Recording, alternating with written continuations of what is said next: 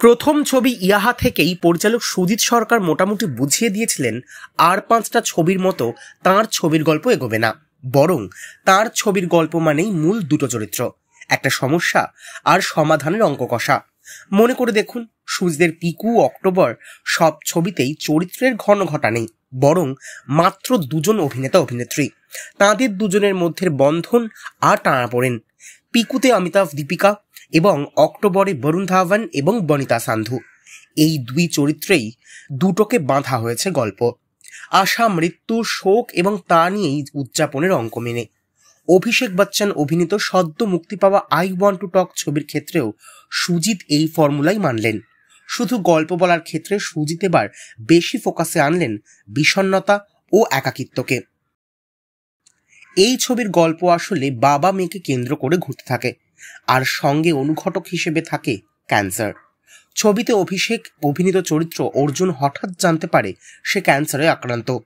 তার হাতে সময় রয়েছে মাত্র 100 দিন। এই রোগের কারণেই অর্জুনের চাকরি চলে যায়, দূরত্ব বাড়ে বন্ধুদের সঙ্গে, এমনকি দূরত্ব বাড়তে থাকে তার মেয়ের সঙ্গেও। অর্জুনের জীবন চলতে থাকে হাসপাতাল আর বাড়ি মিলিয়ে। মেয়ের সঙ্গে নতুন সম্পর্ক তৈরি এবং মেয়েবেলার সঙ্গী হওয়া থেকে শুরু করে 100 দিন জীবনযাপনের এক লড়াই এই ছবি জুড়ে। তবে তা ঠিক কবিতার ছন্দের মতো নয়, কম কথা এবং বেশিটা যাপনের ছবি হলো I want to talk. Sujit খুব বুদ্ধি করেই সিনেমার নামকরণ করেছেন, কেননা এই ছবির প্রতিটি ফ্রেমে একটা চেষ্টা রয়েছে মনের কথা বলা বা বোঝার, চেষ্টা রয়েছে নিস্তব্ধতার ভাষাকে ধরার।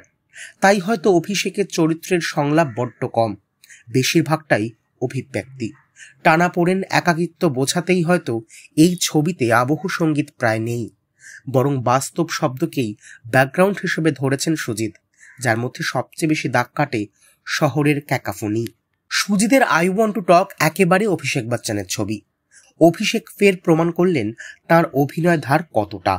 মণিরত্নমের গুরু কিংবা যুবা ছবির সেই আক্রোশ ছিল এই ছবিতে অভিষেকের অভিনয়ও, তবে সেই আক্রোশ অনেকটাই নরম পাকের। বলা ভালো, প্রতিটি দৃশ্যেই একেবারে নিজের করে নিয়েছিলেন তিনি। কখনো কখনো পিকু ছবির অমিতাভ বচ্চনকেও মনে পড়তে পারে, বিশেষ করে হাসপাতালের দৃশ্যগুলিতে। তবে শুধু অভিষেক নন, অভিষেকের মেয়ের চরিত্রে অহল্যা বামরো এবং জনি লিভার উপযুক্ত সংগত দিয়েছেন। সুজিতের এই ছবির গল্প সত্য ঘটনা অবলম্বনে। সুজিত তার খুব কাছের বন্ধু অর্জুনের জীবন কাহিনী তুলে ধরেছেন এই সিনেমায়। তাই হয়তো কোথাও গিয়ে সুজিত একটু বেশিই মানসিকভাবে জড়িয়ে পড়েছেন ছবির সঙ্গে।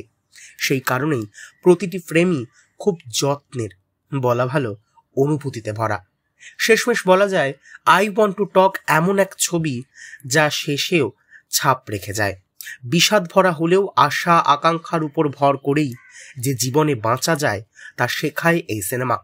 এই ছবি ঠিক ছোট গল্পের মতো, যা শেষ হয়েও শেষ হয় না।